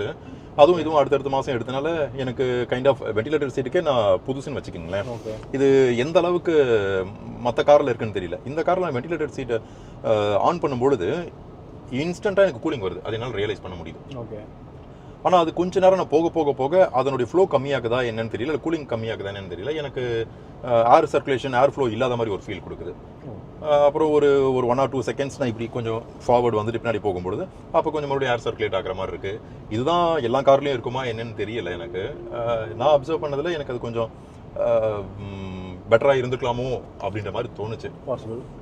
எஸ், ஏன்னா நான் வேறு காரில் இது எதுவும் ட்ரை பண்ணது கிடையாது. மேபி வேறு காரில் எனக்கு இந்த வெண்டிலேட்டட் சீட்டில் ஒரு லாங் டிரைவ் போகும்பொழுது அதுக்கும் இதுக்கும் உள்ள டிஃப்ரென்ஸை நான் கண்டுபிடிக்க முடியும். அது என்னன்னா பேசிக்காக நம்ம சென்சிட்டிவிட்டி பொறுத்து தான் இருக்குங்கிறது என்னுடைய ஒரு ஃபீல். இனிஷியலாக நம்ம வந்து ஹாட்டாக இருக்கும்போது டக்குன்னு வெண்டிலேட்டர் சீட் ஆனும்போது சில்லு நல்லா இருக்கும். போக போக நம்ம பாடி அதுக்கு பழகி சொல்கிறீங்க. அதனால அது அந்தளவுக்கு சென்சிட்டிவ் ஆகாமல் இருக்கலாம். சென்சிட்டிவிட்டி கம்மியாக இருக்கலாம், அதனால கூட இருக்கலாம். இப்போ ஏசியை பற்றி நான் பாசிட்டிவாக சொல்லணும்னா, கார் சீக்கிரம் இவ்வளோ பெரிய காராக இருந்தாலுமே இவ்வளோ பெரிய கேபினுக்குமே இது சீக்கிரமாக கூலிங் கொடுத்துருது. அது நீங்களும் எக்ஸ்பீரியன்ஸ் பண்ணிருவீங்க இந்த காரில். ஈவன் நம்ம 24-25 அந்த டெம்பரேச்சர் வச்சாலே போதும், கார் சீக்கிரமாக கூல் ஆகிடுது. அது ஒன்று பாசிட்டிவ். செகண்ட் திங், இந்த காரில் இன்னொரு பாசிட்டிவ் ஃபீச்சர் என்னன்னா, இதில் இருக்கிற ஆப்ஷன்ஸ் மோஸ்ட்லி அதர் கார்ஸில் இல்லை. என்னன்னா இப்போ நம்ம கார் சிங்க் அப்படின்ற மோட்ல இருக்கு. மீனிங் இந்த ஏசி அந்த ஏசி வெண்ட் ரெண்டுத்துக்குமே சேம் டெம்பரேச்சர் தான் ஏர் த்ரோ பண்ணிட்டு இருக்கு. ஆமாம், இது மற்ற காரோட பண்ணும்போது டுவல் கிளைமேட் கண்ட்ரோல் சொல்லுவாங்க இல்லைங்களா, அந்த ஆப்ஷனும் இதில் இருக்கு. ஃபார் எக்ஸாம்பிள் இப்போ நான் இந்த வண்டியோடைய டெம்பரேச்சர் மட்டும் மாற்றினேன்னா, மீனிங் என் சைடில் மட்டும் டெம்பரேச்சர் மாற்றணும்னா என்னால் மாற்ற முடியும். இது dual climate control most of the cars இப்போ வருது. இதை பற்றி நான் அதிகமாக பேச போகிறதில்ல. இதில் இன்னொரு ஃபீச்சர் என்ன இருக்குன்னா, ரியர் ஏசிக்கு இங்கே ஒரு ஆப்ஷன் கொடுத்துருக்காங்க. ரியர் வெண்ட் இருக்கு. இப்போ நம்ம ஜஸ்ட் 2 பேசஞ்சர் தான் போகிறோம் அப்படின்ற பட்சத்தில் நமக்கு மட்டும் ஏசி போதும்னா நான் இதை மட்டும் ஆன் பண்ணால் போதும், பின்னாடி ஏசி கூலிங் போகாது, கட் ஆஃப் ஆகிடும். இன்னொரு விஷயம் என்னன்னா இதுல டிரைவ் ஒன்லின்னு ஒரு ஆப்ஷன் இருக்கு. இந்த டிரைவர் ஒன்லி ஆப்ஷன் செலக்ட் பண்ணிட்டீங்கன்னா எனக்கு ஏசி வராது, பின்னாடி ஏசி போகாது, உங்களுக்கு மட்டும் தான் ஏசி வரும். இது இன்னும் சோலோ டிரைவிங் போறவங்களுக்கு இன்னும் எஃபிஷியன்ட்டா இருக்கும். மேபி இதனால இன்னும் கொஞ்சம் ரேஞ்ச் இன்க்ரீஸ் ஆகிறதுக்கும் சான்சஸ் இருக்கு. ஸோ இதெல்லாம் இந்த வண்டியினுடைய ஏசியை பத்தின பாசிட்டிவ்ஸ். நெகட்டிவ்ஸை பத்தி நான் சொல்லணும்னா, நான் ஹோம் ஸ்கிரீன் போயிடுறேன், டிரைவிங்ல இருக்கேன், நான் டெம்பரேச்சர் அட்ஜஸ்ட் பண்ணணும், எனக்கு ஆப்ஷன் ஸ்கிரீனுக்குள்ள போய் அதை டச் பண்ணி அதை மாத்தணும். கரெக்ட். வாய்ஸ் கமாண்ட் இருக்கு, பட் அதை விட்டுங்களா. இப்போ நான் எடுத்துட்டு போறேன், ஃபைன். இப்போ எங்க அப்பா இல்லாட்டி என்னோட மாமா இல்லாட்டி என்ன தெரிஞ்சவங்க கொஞ்சம் எல்டர்லி பர்சன் யாராவது எடுத்துட்டு போறாங்கன்னா அவங்களுக்கு இதெல்லாம் அந்த அளவுக்கு பரிச்சயமா இருக்காது. வாய்ஸ் கமாண்டிங்கும் அவங்களுக்கு பரிச்சயமா இருக்காது. அவங்களுக்கு எல்லாமே பிசிக்கல் ரோட்டரி நாப் அந்த மாதிரி ஏதாச்சும் இருந்தால் நல்லா இருக்கும். இங்க ஒரு ரோட்டரி நாப் இருக்கு, பை டிஃபால்ட்டா இது ஏசி டெம்பரேச்சர் அட்ஜஸ்ட் பண்றதுக்கு இல்லாட்டி டெடிகேட்டடா ஏசி டெம்பரேச்சருக்கு அட்ஜஸ்ட் பண்ற மாதிரி ஏதாச்சும் கொடுக்கலாம். பட் அது இல்ல. இப்போ இருக்க நம்ம இந்த இடத்துல ஒரு ஷார்ட் கட் இருக்கு, இந்த ஒரு பட்டனை பிரஸ் பண்ணி. ஆனா அப்படியுமே அதுவே ஒரு 2 ஸ்டெப் ப்ராசஸ் தான். எக்ஸாக்ட்லி. அந்த பட்டன் நீங்க பிரஸ் பண்ணாலுமே உங்களுக்கு மினிமல் ஸ்கிரீன் தான் வரும். அதுக்கப்புறம் இதை நீங்க மேக்ஸிமைஸ் பண்ணாதான் அதுல இருக்க என்டையர் ஃபீச்சர்ஸ் உங்களுக்கு வரும். பட் ஸ்டில் ப்ரோ, இப்போ இந்த சிங்கிள் ப்ரெஸ்லயே உங்களுக்கு தேவையான விஷயங்கள் வந்துடும். மீனிங் சிங்கிள் ப்ரெஸ்லயே உங்களுக்கு டெம்பரேச்சர் அட்ஜஸ்ட் பண்ணணுமா, இது வந்துடும். அதுக்கப்புறம் உங்களுக்கு வென்டிலேஷன் ஆன் பண்ணணுமா ஆஃப் பண்ணணுமா இந்த மாதிரியான விஷயங்கள் வந்துடும். பட் ஸ்டில் இதுவுமே எந்த அளவுக்கு கம்ஃபர்டபுளாக இருக்கும்னு தெரியல. நீங்க மேக்ஸிமைஸ் பண்ணணும். 2 ஸ்டெப் ப்ராசஸ், அது ஒரு நெகட்டிவ் தான். அதுக்கப்புறம் இன்னொரு விஷயம் நான் அப்சர்வ் பண்ணேன் ப்ரோ, இந்த வண்டியில் இன்னொரு கீ ஃபீச்சர்னு சொல்றது என்னன்னா ஆட்டோ பார்க் இல்லைங்களா. எக்ஸலண்டா ஒர்க் ஆகுது ஆட்டோ பார்க், எனக்கு ரொம்ப பிடிச்சிருக்கு. நீங்க அதை யூஸ் பண்ணிருக்கீங்க? ஆட்டோ பார்க் பண்ணியிருக்கேன். அப்புறம் நம்ம கீ ஃபோப் வச்சு காரை ஃபார்வர்ட் பேக்வர்ட் அதையும் பண்ணியிருக்கேன். ஸோ எல்லா சாகசமும் இந்த காரை வச்சு நான் பண்ணியிருக்கேன். அந்த சாகசம் பண்ணினதில் இன்னொரு விஷயம் நான் அப்சர்வ் பண்ணதுன்னா, மறுபடியும் அகெயின் அது வந்து பாசிட்டிவான விஷயம், ரொம்ப யூஸ்ஃபுல்லாக இருக்கு, எல்லாமே நான் ஒத்துக்கிறேன். பட் ஸ்டில் அந்த பார்க் இன் பார்க் அவுட்னு ஒரு ஃபீச்சர் இருக்கு ப்ரோ. அது என்னன்னா, நீங்க காருக்குள்ளார ஏற வேண்டாம், கீ ஃபோபை வச்சு காரை ஃபார்வர்ட் கொண்டு வரலாம், பின்னாடி தள்ளிட்டு போகலாம். ஒரு 20 ஃபீட் வரைக்கும், ஏன்னா 7 மீட்டர் சொல்றாங்க. ஸோ 20 ஃபீட் இருக்கும், நம்ம முன்னாடி பின்னாடி தள்ளிட்டு வரலாம் இல்லைங்களா. அதை நம்ம எங்க அதிகமாக யூஸ் பண்ணுவோம்னு பார்த்தீங்கன்னா, ஒரு டைட் பார்க்கிங் ஸ்பேஸ்ல தான் யூஸ் பண்ணுவோம். டைட் பார்க்கிங் நம்ம சொல்லும்பொழுது நம்ம இந்தியன் லைஃப் ஸ்டைலில் பார்த்தீங்கன்னா நம்மளுக்கு கொடுக்குற பார்க்கிங் ஸ்பேஸ் ரொம்ப டைட்டாக தான் இருக்கும். ஸோ நமக்கு கார் பக்கத்தில் ஒரு 1.5 ஃபீட் இல்லை ஒரு 2 ஃபீட் இருந்துச்சுன்னா போதும், நம்ம அழகாக டோரை திறந்து வெளியே வந்துடும் இல்லைங்களா. இந்த வண்டி என்ன பண்ணுதுன்னா, நம்ம காருக்கு பக்கத்தில் ஆப்ஜெக்ட்ஸ் ஒரு 1.5 ஃபீட்டு இல்லை அதுக்கும் கம்மியாக இருக்கிற பட்சத்தில் அந்த பார்க் இன் பார்க் அவுட் வேலை செய்ய மாட்டேங்குது. அது என்ன சொல்றது, ஆப்ஜெக்ட் அப்ஸ்ட்ரக்கல்ஸ் இருக்கு, அதை ரிமூவ் பண்ணுங்கன்னு சொல்லுது. 1.5 ஃபீட் வந்து அது வந்து பத்தலங்குது. ஆமா, 1.5 ஃபீட்டுக்கு கம்மியாக வந்துச்சுன்னா பத்தல. ஸோ 1.5 ஃபீட் இருக்கும்போது நானே ஓரளவுக்கு டோர் திறந்து உள்ள போய் வந்துடுவேன். எனக்கு என்னன்னா, அது இன்னும் கொஞ்சம் டிஸ்டன்ஸை குறைக்கலாம். மேபி 1 ஃபீட் இருந்தால் கூட காரு ஃபார்வர்ட் பேக்வர்ட் போகும் அப்படின்ற மாதிரி இன்னும் அந்த சென்சார்ஸ் ரேடார்ஸ் எல்லாம் இன்னும் இம்ப்ரூவைஸ் பண்ணாங்கன்னா ரியலி ஹெல்ப்ஃபுல்லாக இருக்கும். ப்ரோக்ராமிங் இன்னும் கொஞ்சம் கரெக்ட்.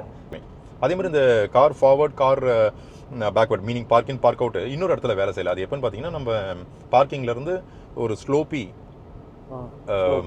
ஒரு ஸ்லோப் இருக்குன்னு வைங்களேன். அந்த நம்ம பார்க்கிங்ல இருந்து ஒரு கேட்டை திறந்து வெளியே வரும்போது நம்ம யூஸ்வலாக எல்லார் வீட்லையும் அப்படி தான் இருக்கும். பார்க்கிங் நல்லா ஹைட்டாக இருக்கும், ரோட்ல இருந்து உயரமாக இருக்கும். ஸோ ஒரு டேப்பராக நம்ம ஒரு ஸ்லோப் வச்சிருப்போம். அந்த ஸ்லோப்பில் இறங்க மாட்டேங்குது, ஏற மாட்டேங்குது. என்னன்னா ஆட்டோ பார்க் இருக்கனால இந்த மாதிரி ரோடு ஃப்ளாட்டாக இல்லை அப்படின்னு சொல்லுது. ஸோ எனக்கு அங்கே அது மறுபடியும் பெரிய பெனிஃபிஷியலாக இல்லை. ஓகே, இது எங்கே யூஸ் பண்ணலாம்னா ப்ரோ, மேபி இது யூஸ் பண்ண முடியாதுன்னு நான் சொல்லலை. நான் இது ஒரு வாட்டி யூஸ் பண்ணியிருக்கேன். எப்போன்னு பார்த்தீங்கன்னா, மழை பெஞ்சிட்டு இருந்தது. அப்போ மழை பெஞ்சிட்டு இருக்கும்போது நான் மழையில் நனைய வேண்டாம், காரை முன்னாடி கொண்டு வரலாம் அப்படின்னு பண்ணும்பொழுது முன்னாடி இருக்க காரை இன்னும் கொஞ்சம் முன்னாடி வர வைக்கிறதுக்கு அந்த மாதிரி விஷயங்கள் எல்லாம் பண்ண முடியுது. ஒரு வாட்டி ஒரு ரெஸ்டாரண்ட் போகும்போது ரெஸ்டாரண்ட்டோடைய ரிசப்ஷனில் நின்றுருந்தேன், கார் பக்கத்தில் இருந்தது. அங்கேருந்து கொஞ்சம் ரொம்ப தூரம்லாம் இல்லை, ஒரு 5 அடி 6 அடி அந்த மழையில் நான் நனைய வேணாம்னு நினைக்கும் பொழுது யூஸ் பண்ணியிருக்கேன். அந்த மாதிரி யூஸ் பண்ணேன், நல்லா இருந்தது. எல்லாரும் ஷாக் ஆயிட்டாங்களா? என்னடா வண்டியை யாரும் எல்லாம் வண்டி வருது. அப்புறம் இன்னொரு பாசிட்டிவ் சொல்லும்போது ப்ரோ, மறுபடியும் இன்டீரியரை பற்றி பேசும்போது நாய்ஸ் ஐசோலேஷன் இந்த வண்டியில் நீங்களே எக்ஸ்பீரியன்ஸ் பண்ணி பார்த்துருப்பீங்க. நல்ல கம்ப்ரஸ்டாக, நல்லா என்ன சொல்கிறது, நம்மளால கேஷுவலாக ஒரு கான்வர்சேஷன் பேச முடியுது. வெளியே இருக்க நாய்ஸ் உள்ள ரொம்பவே அரெஸ்ட் ஆகுது. நம்ம அவுட் சைட் மார்க்கிங்கில் போய் டேம்பிங்லாம் பண்ண வேண்டிய அவசியமே இல்லை, இதுலவே ரொம்ப நல்லா அரெஸ்ட் ஆகுது. அதுவுமே எனக்கு ரொம்ப பிடிச்சிருந்துச்சு. இந்த வண்டியில் இன்னொரு மிஸ்ஸிங் ஃபீச்சர்னு நான் பார்க்குறது என்னென்னா, கோ பேசஞ்சர் இருக்காங்க இல்லைங்களா. மீனிங் இப்போ நான் உட்காந்துருக்க சீட்டு இப்போ இது பவர் விண்டோ தான், பட் வந்து ஒன் டச் கிடையாது. இது கான்ஸ்டன்ட் நார்மல் பவர் விண்டோவாக கொடுத்துட்டாங்க. அது ஒன் டச்சாக கொடுத்துருந்தா இன்னும் கொஞ்சம் கன்வீனியன்ட். கண்டிப்பாக இன்னும் கொஞ்சம் கன்வீனியன்ட்டாக இருந்திருக்கும். அட்லீஸ்ட் ஒன் டச் டவுனாவது கொடுத்துருக்கலாம், அது கொஞ்சம் மிஸ்ஸிங். அதே மாதிரி அட்ஜஸ்ட் கூட இது ஃபார்வேர்டு பேக்வேர்ட்லாம் இன்னும் லிவர் வச்சு தான் மேனுவல் அட்ஜஸ்டாக இருக்குது. அதுவுமே இருந்திருக்கலாம். But at the same time like நம்ம மனசும் ஒரு இடத்துல நிற்காது ப்ரோ. ஏதாச்சும் இருந்துச்சுன்னா இதை விட இது இருக்கலாமே, இதை விட இது இருக்கலாமே போயிட்டே இருக்கும். ஸோ இருக்கிறத வச்சு சந்தோஷப்படணும்னு நினைக்கும் போது இது நிறையவே இருக்கு நமக்கு. இல்லைங்க, ரைட்டு. அதே மாதிரி மஹிந்திராவுடைய சப்போர்ட் நிறைய பேருக்கு இருக்குது. கன்சர்ன் மஹிந்திராவோட சப்போர்ட் இந்த சென்ஸ் லைக் ஆஃப்டர் மார்க்கெட் வண்டி எடுத்ததுக்கப்புறம் நம்ம ஒரு சர்வீஸாக இருக்கட்டும், இல்லாட்டி ஒரு கம்ப்ளைண்ட் கொண்டு போய் கொடுக்கும்போது அது எந்த அளவுக்கு அவங்க அட்ரஸ் பண்ணுறாங்க அப்படின்றதுல எந்த அளவுக்கு அவங்க ப்ரொஃபஷனட்டாக இருக்காங்களோ அதுதான் மேட்டர்ஸ் இல்லையா. ஸோ எல்லாருக்குமே இருக்கிற ஒரு டவுட்டு மஹிந்திரா எந்த அளவுக்கு ஆஃப்டர் சேல் சர்வீஸ் இருக்குது அப்படின்றது.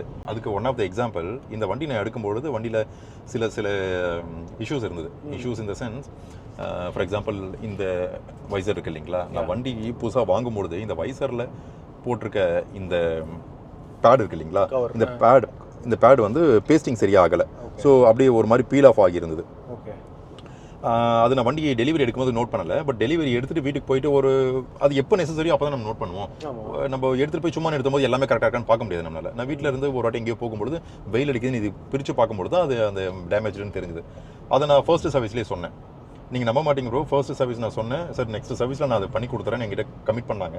நானும் ஓகேன்னு சொல்லிட்டு வந்தேன். பட் நான் என்ன நினச்சேன்னா எல்லா வாட்டியும் எல்லாமே அப்படி தான் சொல்லுவாங்க, நெக்ஸ்ட் டைம் பார்க்கலாம். பட் அதை பண்ண மாட்டாங்கன்னு நினச்சேன். நெக்ஸ்ட் டைம் அவங்களே எனக்கு சர்வீஸ்க்கு முன்னாடியே ஃபோன் பண்ணி, சார் நீங்கள் கம்ப்ளைண்ட் சொல்லியிருந்தீங்க, அந்த பேட் இப்போ வந்துருச்சு, வைசர் பேடு, நீங்கள் கொண்டு வந்து வண்டி ரீப்ளேஸ் பண்ணிக்கோங்க அப்படின்னு சொன்னாங்க. நான் கொண்டு போய் கொடுத்தா எனக்கு ரீப்ளேஸ் பண்ணி கொடுத்தாங்க.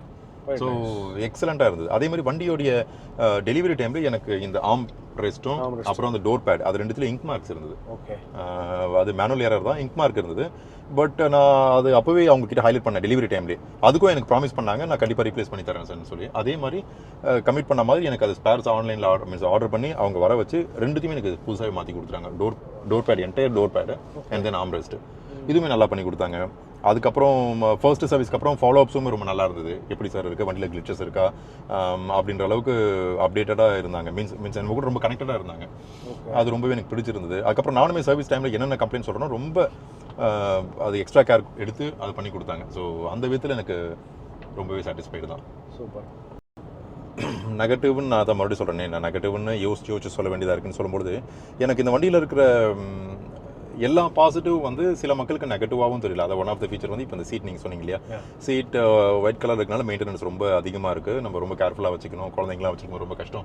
எனக்குமே 8 years ஓல்டு பையன் இருக்கான்.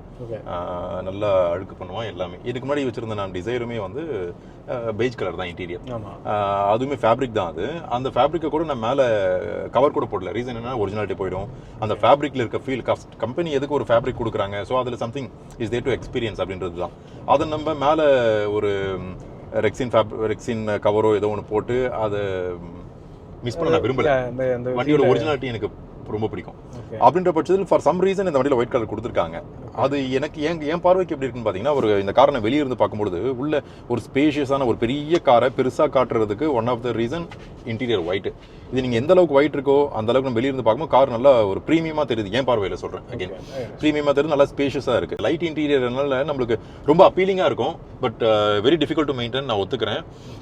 நீங்கள் சொன்ன மாதிரி இது ஆப்ஷனாக கொடுத்துருக்கலாம். இன்டீரியர் மட்டும் பிளாக் அண்ட் பெய்ஜ் இல்லாட்டி மேபி மல்டிபிள் ஆப்ஷன்ஸ் கொடுத்துருக்கலாம். அகைன் இப்போ இது வந்து டாப் மாடல் வேரியன்ட் 3 இல்லைங்களா, மேபி வேரியன்ட் 1 and 2 வரும்போது நமக்கு தெரிய வரும். மேபி அவங்க அதில் லெதர் சீட் இல்லாமல் ஃபேப்ரிக் சீட் மாதிரி வச்சுருந்து அந்த ஃபேப்ரிக் சீட்டுக்கு பிளாக் கலர் கொடுக்கலாம். ஸோ ஹூ நோஸ், நம்மளுடைய ஒப்பீனியன் கண்டிப்பாக எடுத்துப்பாங்க நான் நம்புகிறேன். இது ஒரு ஜெனரல் ஃபீட்பேக்காக தான் இருந்திருக்கு அதனால. ஸோ அவங்க hopefully they are working on something. தெரியல. இதுக்கு ப்ரீவியஸ் ஃபிளாக்ஷிப் ஃப்ரம் மஹிந்திரான்னு பார்த்தீங்கன்னா 700 வச்சுக்கலாம். அந்த வண்டி இப்போ நான் ரீசெண்டாக எடுத்தனால எனக்கு ஈஸியாக இருக்குது ரெண்டுத்தையும் ரிலேட் பண்ணுறதுக்கு. 700வையும் இது ரிலேட் பண்ணுறதுக்கு அதில் இருக்க நிறைய ஃபீச்சர்ஸ் இதில் டிரைவ் பண்ணி கொடுத்துருக்காங்க. பட் சிம்பிளாக டிரைவ் மட்டும் பண்ணி கொடுக்கல, என்ஹான்ஸ் பண்ணி கொடுத்துருக்காங்க. அதில் ஒன் ஆஃப் த ஃபீச்சர் தான் அதில் டூயல் ஸ்க்ரீன் இருக்குது, இதில் ட்ரிபிள் ஸ்க்ரீன். ஸோ ரொம்பவே நல்லா இருக்குது ட்ரிபிள் ஸ்க்ரீன். என் பையனுக்கு ரொம்ப கன்வீனியன்ட்டாக இருக்குது. அந்த மாதிரி டிரைவருக்கு ரொம்ப டிஸ்ட்ராக்ஷனே இல்லை. ஃபார் எக்ஸாம்பிள் இப்போ இதில் வந்து ஓடிடி நம்ம ஆன் த கோ பார்க்குற மாதிரி கொடுத்துருந்தாங்கன்னா கண்டிப்பாக டிஸ்ட்ராக்ட் ஆவாங்க டிரைவர். பட் இதில் ஓடிடி இதில் மட்டும் தான் நம்ம ஆன் த கோல பார்க்க முடியும். கார் ரன்னிங்கில் இதில் பார்க்க முடியாது. அதில் ஆன் த கோல பார்க்க முடியும். இது வந்து ஒரு நல்ல அட்வான்ஸ்டு ஃபீச்சர் தான். இன்ஃபேக்ட் இப்போது நீங்கள் எந்த அளவுக்கு நீங்கள் நம்புவீங்கன்னு தெரியல. நான் இப்போ ரீசெண்டாக கொடைக்கானல் போயிருந்தேன். எனக்கு கொடைக்கானல் போகும்போது என் சிம்முமே ஏர்டெல், என் மொபைலோட சிம்முமே ஏர்டெல், இந்த காரில் இருக்கிறதுமே ஏர்டெல் தான். நான் சில இடங்களில் கூட எனக்கு மேப்க்கோ நேவிகேஷனுக்கோ கூகுள் சர்ச்சோ ஏதோ பண்ணுறேன்னா எனக்கு அங்கே கூட சிக்னல் கிடைக்கல, டேட்டா ட்ரான்ஸ்ஃபர் ஆகலை, என் ஃபோன்லேருந்து டேட்டா ட்ரான்ஸ்ஃபர் ஆகவே இல்லை. அந்த இடத்துலையுமே யூடியூப்பில் சீம்லெஸ்ஸாக போயிட்டுருக்கு வீடியோஸ். நான் சரி ஓகே மேபி ஸ்ட்ரீம் ஆயிருக்கும் அதனால போகுதுன்னு நினைச்சு நான் வேற வீடியோ கிளிக் பண்றேன், அதுவும் ப்ளே ஆகுது. எனக்கு ரொம்ப ஆச்சரியமா இருந்தது. மீனிங் என்னன்னா ரெண்டுமே சேம் நெட்வொர்க் தான். எனக்கு இதை விட அதுல இன்னும் நல்லா இருக்கு. ஓகே, வீடியோ இன்டர்ப்ட் ஆகல, ஃபோன் விட அதுல ரெஸ்பான்ஸ் இன்னும் பெட்டரா இருக்கு. மேபி நெட்வொர்க்கிங் நல்லா இருக்கு. கரெக்ட். மேபி என் ஃபோன் வந்து அவுடேட்டட் ஃபோன் அப்படின்னு கூட நிறைய பேர் நினைக்கலாம். பட் இதுவுமே மோட்டோ எட்ஜ் 40 ரொம்ப அவுடேட்டட்லாம் கிடையாது. 2 years ஓல்டு ஃபோன் தான். இதுலுமே நல்லா தான் இருக்கும். டேட்டா கிராப் பண்றது, ப்ராசஸர் எல்லாமே. இதுக்குள்ள இன்டர்னலா என்ன ப்ராசஸர் என்ன மாதிரி சிப் யூஸ் பண்ணிருக்காங்க எனக்கு தெரியல டெக்னிக்கலா. பட் ரொம்ப நல்லா இருக்கு. Sound clarity awesome, extreme. அதை பற்றி நிறைய பேர் பேசியிருப்பாங்க. அது டெஸ்ட் ட்ரைவ் பண்ணுறவங்களுக்கும் சரி, இல்லாட்டி இந்த மாதிரி வண்டி வாங்கினவங்களுக்கும் சரி, கண்டிப்பாக அதை எக்ஸ்பீரியன்ஸ் பண்ண முடியும். நீங்கள் பண்ணுங்கள் ப்ளீஸ். அப்படி சொல்ல போனால் இன்னும் நிறைய விஷயங்கள் இருக்குது ப்ரோ. இதில் லேன் சென்டரிங் ஃபீச்சர் இருக்குது. மோஸ்ட் ஆஃப் த கார்ஸ் இப்போ இருக்குது. அதுவுமே ரொம்ப ஹெல்ப்ஃபுல்லாக இருந்தது. லேன் சென்டரிங் நான் ஆன் பண்ணிவிட்டு ஸ்டேரிங்கில் கை வைக்கணும், நீங்கள் கை எடுக்கக்கூடாது. கையை வச்சுக்கிட்டு தான் நான் போகிறேன். எனக்கு அழகாக ரொம்ப எஃபோர்ட் போடாமல் ஸ்டேரிங் திரும்புது. நான் அழகாக அதில் கை வச்சா மட்டும் போதும் அப்படின்ற மாதிரி இருக்குது. ஸோ இந்த மாதிரி அடுத்தடுத்து சொல்லிகிட்டே போகலாம். எனக்கு அது அந்த லேன் சென்டரிங் இல்லை 700ல. லேன் கீப் அசிஸ்ட் இருக்குது. அதில் என்ன பண்ணோன்னா நம்ம அந்த லேனை தாண்டி போகும்போது நம்ம டிராக் பண்ணி வண்டி உள்ள கொடுக்கும். இது அப்படி இல்லை, கரெக்டாக சென்டர்லேயே உங்களை மெயின்டைன் பண்ணுது. 2 லைனுக்கு நடுவுலயே மெயின்டைன் பண்ணணும். ஆமாம். இன்னொரு விஷயம் நம்ம அப்சர்வ் பண்ணோம். இது நம்ம அப்சர்வ் பண்ணோம். யாராச்சும் 9 யூசர்ஸ் இருந்தாங்கன்னா இதை டெஃபினட்டாக ட்ரை பண்ணி பாருங்க. இந்த கார் நான் எடுத்துட்டு ப்ரோ இதே மாதிரி லேன் சென்டர் அசிஸ்ட்டை ஆன் பண்ணி வண்டி ஓட்டினேன். அப்போ என்ன பண்ணுதுன்னா இந்த 2 பக்கம் இருக்க இந்த ஒயிட் லைன்ஸ் இருக்கு இல்லைங்களா, அதை சென்ஸ் பண்ணி நம்ம லேன் சென்டரில் வச்சுட்டு இருக்கு. இந்த ஒயிட் லைன்ஸ் இல்லாத இடத்துல நம்மள கீப் பண்ணாது, லேன் சென்டரில் இருக்காது. அதுவே அங்கே சொல்லிடும் லேன் கீப் அசிஸ்ட் ஸ்டாண்ட் பைன்னு போயிடும். எப்பப்பெல்லாம் இந்த சைடில் லேன் இருக்கும், அந்த லேன் மார்க் இருக்கும், அப்போ தான் ஆக்டிவ் ஆகும். இப்போ நம்ம வரும்போது நம்ம ஒரு விஷயம் அப்சர்வ் பண்ணோம். நீங்கள் பார்த்தீங்களா, ரோட்ல லேன் மார்க்ஸே இல்லை. டைவர்ஷன் ரோடு ஒர்க் நடந்துட்டு இருக்கு.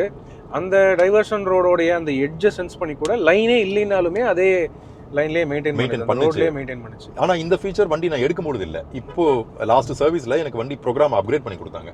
அதுல இந்த ஃபீச்சர் இருக்கு. ஸோ எனக்கு ரொம்ப இம்ப்ரெசிவா இருந்தது. என்னடா லேன் நம்ம பார்த்து வியந்த விஷயம் அது. லேன் மார்க்கே இல்லை, இதுலயும் மெயின்டைன் பண்ணுது. மீன்ஸ் அது எந்த அளவுக்கு சென்ஸ் பண்ணுதுன்னா, பிளாக் கலர்ல ரோடு, 2 பக்கம் மண் இருக்கு, அது கலர் வேற இருக்கு. அதை வச்சு சரி இவ்வளவுதான் ரோடு கூடிய விட்த்துன்னு அது கனெக்ட் பண்ணி அதில் சென்டர் மெயின்டைன் பண்ணுது. ஸோ இது எந்த அளவுக்கு மஹிந்திரா இம்ப்ரோவைஸ் பண்ணிருக்காங்கன்னு பாத்தீங்கன்னா, லேன் கீப் அசிஸ்டே அடுத்த லெவல் கொண்டு போயிட்டாங்க. இந்தியன் ரோட் கண்டிஷனுக்கு இந்தியன் கண்டிஷன்ஸ்க்கு அப்டேட் பண்ணிட்டாங்க. ஸோ இனிமே டெஸ்லாலாம் வியக்கணும். டெஸ்லா கார் கூட ரோட் சென்டரிங் அசிஸ்ட் எங்கெங்கெல்லாம் வேலை செய்யாதோ நம்ம கார் வேலை செய்யும் ப்ரோ. இப்போ நம்ம பொதுவாகவே இப்போ இருக்க கார் விட்டுங்க, ஒரு 2 years 3 years முன்னாடி எடுத்த கார் கூட வச்சுக்கோங்களேன். ஒன்ஸ் நம்ம கார் வாங்கிட்டு அவ்வளோதான். உங்களுக்கு என்ன அந்த காரில் இருக்கோ அவ்வளோதான். அதை அப்கிரேட் பண்ணுறதுக்கு சான்சஸே கிடையாது. பட் இந்த ஒரு கார் நான் இப்போ பார்த்த வரைக்கும் நிறைய விஷயங்களை அப்கிரேட் பண்ணுறாங்க. அந்த அப்கிரேட் எதுவுமே வந்து ஹார்ட்வேர் அப்கிரேட் கிடையாது, எல்லாமே சாஃப்ட்வேர் அப்கிரேட். ஸோ அதுலவே நம்மளுக்கு நிறைய விஷயங்கள் வந்துருது. அப்போ நம்மளுக்கு என்ன ஆகுதுன்னா ஒரு ஒரு புத்துணர்ச்சி வருது. இப்போ நீங்கள் ஒரு ஃபோன் யூஸ் பண்ணுறீங்க, அந்த ஃபோனை நீங்கள் அப்கிரேட் பண்ணணும்னு நினைக்கும் போது புது ஃபோன் வாங்காமல் உங்கள் ஃபோன்லேயே ஒரு சில ஆப்பை இன்ஸ்டால் பண்ணி ஒரு சில விஷயங்கள் நீங்கள் கஸ்டமைஸ் பண்ணும்போது நீங்கள் எந்த அளவுக்கு ஃபீல் பண்ணுவீங்களோ அந்த ஃபீல் எனக்கு இங்கே இருக்குது. எப்படின்னு சொல்கிறேன் கேளுங்களேன். இந்த பட்டன் இருக்குது இல்லைங்களா, இது என்னன்னா நிறைய பேருக்கு மறுபடியும் 9 யூசர் இருந்தால் இது எக்ஸ்பீரியன்ஸ் பண்ணி பாருங்கள். இதில் இந்த சோனிக் சூட்டுன்னு ஒரு புது அப்டேட் கொடுத்துருக்காங்க. இது எனக்கே தெரியாது, என் ஃப்ரெண்டு இன்னைக்கு காலையில் தான் வந்து எனக்கு சொன்னார். இது உள்ளார நீங்கள் போனீங்கன்னா இந்த மோடை எனேபிள் பண்ணோம், சவுண்ட் ஆஃப். இதில் பார்த்தீங்கன்னா ரேஞ்ச், ரேஸ், எவ்ரிடே, அப்புறம் டெக்னோ சிந்த், விபி ட்ரிபியூட், அது மாதிரி நிறைய ஆப்ஷன்ஸ் கொடுத்துருக்காங்க. இது எந்த அளவுக்கு உங்களுக்கு கேட்கும்னு தெரியல. இப்போ இந்த மோடை நான் மாற்றின உடனே உங்களுக்கு என்ஜின் நாய்ஸே வேறு மாதிரி கேட்குதா? ஒரு என்ஜினோடைய ரெவிங் மாதிரி தான் கேட்குது. எக்ஸாக்ட்லி. ஸோ இதுதான் நான் சொன்னேன், இந்த அப்கிரேடு வண்டி லான்ச் பண்ணும்போது எனக்கு கொடுக்கும்போது ஒரு ஸ்டாண்டர்ட் சவுண்ட் கொடுத்தாங்க. Okay fine, right. இப்போ ஆஸ் ஆஃப் நவ் 50% சார்ஜ் வந்துட்டோம். நம்ம வந்து அப்போவே நீங்கள் பார்த்துருப்பீங்க, உளுந்தூர்பேட்டையில் திரும்பிட்டோம். உளுந்தூர்பேட்டை நோக்கி உளுந்தூர்பேட்டை பைபாஸில் சேலம் நோக்கி திரும்பிட்டோம். Salem as of now 101 kilometre. நம்ம வந்து 240 கிலோமீட்டர், 241 கிலோமீட்டர் வந்து டச் பண்ணியிருக்கோம். 50% சார்ஜ் பாக்கி இருக்குது. இந்த 50%க்கு 236 ஓடும்னு காட்டுது. எஸ் வசந்தன்னா போகுமா? கண்டிப்பாக போயிடும் bro, no doubt about it. And என்னுடைய பர்செப்ஷனுமே மறுபடியும் நான் வந்து இது வந்து ரொம்ப மிகைப்படுத்தி சொல்கிறேன்னு நினைக்க வேண்டாம். நம்ம கிட்டத்தட்ட ஒரு 15-20 மினிட்ஸ் வந்து வண்டி ஐட்லிங்கில் இருந்தது. அண்ட் அன்னெசரிலி நம்ம வண்டி நிறைய வாட்டி ஸ்டாப் பண்ண வேண்டியது இருந்தது. அந்த 0 கிலோமீட்டர்ஸ் லைக் 3% நமக்கு ட்ராப் ஆச்சு. அது ட்ராப் ஆகாமல் இருந்தால் கண்டிப்பாக நம்ம 250 கிராஸ் பண்ணியிருப்போம். ஸோ இந்த C2C டிரைவ் நம்ம வந்து பார்ப்போம். Let's see, finger crossed. Sure. அப்புறம் இது என்ன நினைக்கிறீங்க நீங்க, இந்த ஃபிளாட் பாட்டம் ஸ்டீரிங் வீல், இந்த சென்டர் ஸ்கிரீன் எனக்கு ரொம்ப பிடிச்சிருக்கு ப்ரோ. பிடிச்சிருக்கா? ஓகே. ஏன்னா இதுக்குமே தனியா நீங்க ஃபிலிம் ஓட்டணும். இன்னொரு விஷயம் நான் எதுக்காக அதை பத்தி அதிகமா வரி பண்ணிக்கல அப்படின்னா, அது ஏன் கண்ட்ரோல்ல இருக்கும். ஓகே. ஸோ டிரைவர் கண்ட்ரோலில் தான் இருக்கும். மோஸ்ட்லி இந்த கார் நான் மட்டும் தான் ஓட்டுவேன், யாருக்கும் கொடுக்க மாட்டேன். அப்படின்ற பட்சத்தில் இது full and full N control. But இந்த போர்ஷன்லாம் என் கண்ட்ரோலே கிடையாது. ஓகே. எனக்கு இன்ஃபேக்ட் இன்னும் இந்த digital screen type steering wheel எனக்கு செட் ஆகலை. ரீசன் நான் வந்து ரொம்பவே கிளென்லினஸ் பார்ப்பேன். அப்படின்னு இருக்கும்போது என்னோட கை விரல் எங்கேயாவது தெரியாமல் ஹார்ன் அடிக்கிறதுக்கு எதிர் இப்படி வைப்போம், இல்லை இங்கே இப்படி வைப்போம். ஸோ எப்படி இருந்தாலும் ஸ்க்ரீனில் விரல் பட தான் செய்யுது. அது திரும்ப எடுத்து தொடச்சிட்டு இருக்கணும். ஸோ எனக்கு அது இன்னும் அக்ரி ஆகலை. பட் ஓகே, அதாச்சும் 2 things ப்ரோ. ஒன்று வந்து நம்ம ப்ரீமியம் அப்படின்னு போகும்பொழுது கண்டிப்பாக மெயின்டெனன்ஸை பற்றி நம்ம கவலைப்படக்கூடாது. அதுக்கு நம்ம மெயின்டெனன்ஸ்க்கு கொஞ்சம் நம்ம டைம் ஸ்பெண்ட் பண்ணியே ஆகணும்.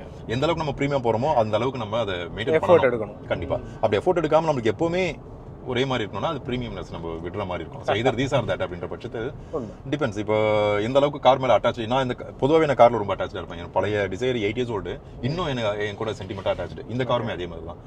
எப்படி ரஜினிகாந்துக்கு அந்த படத்தில் லக்ஷ்மியோ அந்த மாதிரி இந்த காருக்கு நான் பேர் மட்டும் தான் வைக்கல. என் ஒய்ஃப் டிஸ்கஸ் பண்ணிட்டு இருக்கேன் என்ன பேர் வைக்கலான்னு. அப்படின்னு பேர் வச்சுட்டேன்னு வைங்களேன். அப்போ இந்த கார் அந்த அளவுக்கு எனக்கு அட்டாச் ஆகிடும். ஸோ நான் வாஷிங் கூட வெளியே கொடுக்காம நான் பார்ப்பேன். ஸோ அந்த மாதிரியான மக்களுக்கு இதெல்லாம் நல்லா இருக்கே அப்படின்ற மாதிரி இருக்கும். But again depends. ஓகே, இப்போ டைம் வந்து சரியாக 6 மணி ஆயிடுச்சு. எங்கே இருக்கோம் அப்படின்னு வந்து பார்த்தீங்கன்னா இங்கே சேலம் நோக்கி போயிட்டுருக்கோம். ஆத்தூர்லாம் தாண்டியாச்சு இல்லையா? ஆத்தூர் தாண்டியாச்சு. ஸோ தினேஷ் ஓட்டி கொண்டு இருக்கிறார். எவ்வளோ தூரம் ஓடி இருக்கோம்? 308 கிலோமீட்டர்ஸ் நம்ம வந்து கவர் பண்ணியிருக்கோம் 5 மணி நேரத்தில், இன்க்ளூடிங் பிரேக்ஸு. இங்கே நீங்கள் பார்த்தீங்கன்னா இருக்கிறது 35% சார்ஜ். 35%க்கு 155 கிலோமீட்டர்ஸ் ஓடும் அப்படின்னு காட்டுது. ஸோ இது எப்படியும் எடுத்துடலாமா வசந்தனா? எடுத்துடணும் ப்ரோ, எடுத்துடணும். சரிதான், ஓகே. ஹோப்ஃபுல்லி டிராஃபிக்கில் இன்க்ரீஸ் ஆகும்போது கண்டிப்பாக ரீஜெனரேட்டிவ் பிரேக்கிங் ஆகும் அப்படின்னு. பிகாஸ் நம்ம சோஃபார் இது வரைக்குமே இந்த 300 கிலோமீட்டர்ஸ்மே என்டையர் ட்ரிப் ஹைவேல தான் போயிருக்கோம். ஆமாம். அண்ட் நம்ம ஒரு சில இடத்துல எனர்ஜி லாஸ் பண்ணியிருக்கோம். நமக்கு தெரியும் 3 to 4% நமக்கு இனிஷியல் லெவல் லாஸ் ஆச்சு. ஆமாம். அதுக்கப்புறமும் நம்மளுக்கு ரீஜெனரேஷனே நடக்கல. ஆமாம் சொல்லணும் ஃபுல் ஹைவே. அந்த சேலம் டவுனுக்குள்ள போகும்போது ரீஜெனரேட் ஆகும் கண்டிப்பாக. ஹோப்ஃபுல்லி அதுதான் ரீஜெனரேட்டிவ் பிரேக்கிங்கை நம்பி தான் நம்ம போயிட்டுருக்கோம். ஓகே, ஸோ பார்ப்போம். ஏசி இன்னும் ஆனில் தான் இருக்குது, நோ ப்ராப்ளம். மழை பெய்ய ஆரம்பிச்சிருச்சு. ஆல் ரைட், இப்போது நம்ம வந்து எங்கே இருக்கோம்? சேலம் தாண்டி போயிட்டுருக்கோம். சங்ககிரி டோல் வரப்போகுது. ஆஸ் ஆஃப் நவ் எவ்வளோ தூரம் ஓடி இருக்கோம் அப்படின்னு வந்து பார்த்தீங்கன்னா 358.3 358 கிலோமீட்டர் ஓடி இருக்கு. 26%, 25%? 26 ப்ரோ. 26% சார்ஜ் இருக்குது. இதுக்கு 129 கிலோமீட்டர்ஸ் ஓடுன்னு காட்டுது. ரீசனபிள் ஸ்பீட் மெயின்டைன் பண்ணிகிட்ருக்கோம். 75-80 அப்படின்னு மெயின்டைன் பண்ணிகிட்ருக்கோம். ஸோ ஆம்பியன்ட் லைட்டிங்லாம் நீங்கள் பார்க்கலாம், பியூட்டிஃபுல்லாக ஒர்க் ஆகுது. ஸோ தொடர்ந்து போயிட்டுருக்கோம். மணி 7 ஆச்சு. கொஞ்சம் பிரேக்கெல்லாம் எடுத்ததுனால டைம் போயிட்டுருக்கு. எனவே போயிடுவோம், பட் சார்ஜ் தீர்றதுக்கு உள்ளே போயிடுவோம் அப்படின்னு நினைக்கிறேன். ஸோ இப்போ நல்லா பிரைட்டாக இருக்கும். வாவ், சூப்பராக இருக்குது.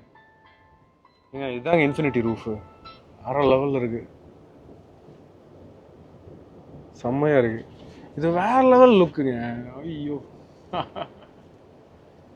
செம்ம ப்ரீமியம். ஓகே, ஸோ நம்ம இப்போ வந்து பார்த்தீங்கன்னா பவானி கிட்ட வந்துட்டோம். அண்ட் ஆஸ் ஆஃப் நவ் இங்கே பார்த்தீங்கன்னா லோ பேட்ரி வார்னிங் வந்துடுத்து. இங்கே நீங்கள் பார்க்கலாம் 20% சார்ஜ். ஸோ 20%ல் இது ரெட் கலரில் மாதிரி லோ பேட்டரிலாம் காட்டுது. 112 கிலோமீட்டர் இருந்தாலும் ஓடும் அப்படின்னு காட்டுது 20%ல். எவ்வளோ ஓட்டியிருக்கோம் அப்படின்னு பார்த்தீங்கன்னா 401 401 கிலோமீட்டர் ஓட்டிட்டோம். ஸோ அந்த ரீதியாக கவலை இல்லை. பேட்ரி நல்லாவே கன்சிஸ்டண்ட்டாகவே ஒர்க் ஆகியிருக்கு. ஸோ இதுதான் ஆக்சுவல் அப்டேட். 1 கிலோமீட்டர் போகும், 111 ஓடுமா? ஸோ ரீஜனுக்கு ஏற்ற மாதிரி அது மாறி இருக்குது. ஸோ இந்த சேலம் டு கோயம்புத்தூர் ரோடு வந்து பார்த்தீங்கன்னா மேலே கீழேன்னு போகுது. அதுக்கேற்ற மாதிரி ரீஜன் அப்பப்போ வந்து போகுது. ஸோ ஹோப்ஃபுல்லி போயிடலாம் அப்படின்னு நினைக்கிறேன். கோயம்புத்தூருக்குள்ளே போக முடியுமாங்கிறது போய் பக்கத்தில் போகும்போது தெரியும். பட் எனக்கு தெரிஞ்சு கண்டிப்பாக கோயம்புத்தூர் ரீச் ஆயிரும், அது ஒன்றும் பிரச்சனை இல்லை. பார்ப்போங்க, போய் எப்படி என்னன்னு பார்ப்போம். ரைட், இப்போது நம்ம வந்து கோயம்புத்தூர் நீலாம்பூர் சார்ஜிங் ஸ்டேஷன் நோக்கி தான் போயிட்டுருக்கோம். அது வந்து எவ்வளோ தூரம் இருக்குடா? 36 கிலோமீட்டர்ஸ், 36 கிலோமீட்டர் இருக்குது. நம்ம போக வேண்டிய தூரம் 55 கிலோமீட்டர் ஓடுன்னு காட்டுது. 10% சார்ஜுக்கு வந்துருச்சு. ஸோ லோ பேட்டரின்னு காமிச்சு அது வந்து பிளிங்க் ஆக ஆரம்பிச்சிருச்சு. பட் இருந்தாலும் 55 ஓடுங்கிறதுனால நம்ம வந்து அப்படியே கண்டினியூ பண்ணிட்டு தான் இருக்கோம். So it's okay. அண்ட் இன்னொரு அப்சர்வேஷன் என்ன, ஈவன் தோ இது 10% குறைஞ்சாலுமே நம்மளுக்கு காருடைய இன்டீரியர் எக்ஸ்பீரியன்ஸ் எதுவுமே மாறல. மீனிங் நம்மளுக்கு மியூசிக் சிஸ்டமாக இருக்கட்டும், இப்போ நான் ஆன் ஆஃப் பண்ணி வச்சிருக்கேன், மோட்டருடைய பவரில் எனக்கு டிஃப்ரென்ஸ் அந்த மாதிரி எதுவுமே பெருசாக தெரியல. ஸோ நம்ம 100% இருக்கும்போது எப்படி போகணுமோ அதே மாதிரி போகிற மாதிரி தான் எனக்கு இருக்குது. ஸோ ஸ்பீடெல்லாம் லிமிட் பண்ணவே இல்லை. நம்ம இன்னும் வந்து ஆக்சுவலி 70-65 அப்படின்னு மெயின்டைன் பண்ணிட்டு தான் இருக்கோம். It's going குட்டுங்க. 55 ஓடிடும், 54 ஓடும் இப்போ காட்டுது. பட் கண்டிப்பாக போக வேண்டிய டெஸ்டினேஷன் போயிடுவோம். So it's good. போக போக இன்னொரு ரீஜன்லாம் எப்படி இருக்குன்னு பார்ப்போம். கோயம்புத்தூர் நீலாம்பூர் சார்ஜிங் ஸ்டேஷன் வரைக்கும் எங்களால் போக முடியும். அதுக்கு மேலே கோயம்புத்தூருக்கு உள்ளே போக முடியுமாங்கிறத பார்ப்போம். சரி, கோவை என்டர் ஆகிட்டு இருக்கோம். பாலம் ஏறிட்டோம், பிஎஸ்சி டெக்கை தாண்டி. ஸோ என்ன நிலைமைன்னு பார்த்தீங்கன்னா, இப்போ 491 கிலோமீட்டர்ஸ் ஓடி இருக்கு. 21 கிலோமீட்டர் ஓடும், 4% சார்ஜ் பாக்கி இருக்கு. ஸோ வந்தாச்சு சார்ஜிங் ஸ்டேஷன். 2 மினிட் அப்படின்னு காட்டுது. யூட்டர்ன் போடலாம். பரவாயில்ல, வந்துட்டோம். சரி, மாரியட்டுக்கு போகலான்னு ஒரு முடிவு எடுத்திருக்கோம். இந்த சார்ஜிங் ஸ்டேஷன் ரொம்ப பக்கமாக இருக்குது அப்படின்னு சொல்லி நம்ம போயிட்டு இருக்கோம். உங்களுக்கு இந்த வண்டி இன்னும் போகணும்னு ஒரு ஆர்வம், போகணும்னு ஒரு ஆர்வம். 22 கிலோமீட்டர் ஓடும்ல, போங்க பார்ப்போம். 500 அப்படின்னு முடிச்சிட்டோம்னா அது சூப்பராக இருக்கும். சாட்டிஸ்ஃபிகேஷன், எஸ், ஒரு ரவுண்ட் ஃபிகராக இருக்கும்.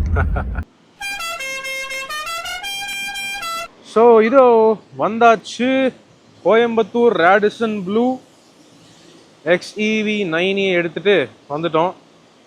இதோ எங்கே வந்திருக்கோன்னு பார்த்தீங்கன்னா, ஜியோனுடைய சார்ஜிங் ஸ்டேஷன், ஃபாஸ்ட் சார்ஜிங்.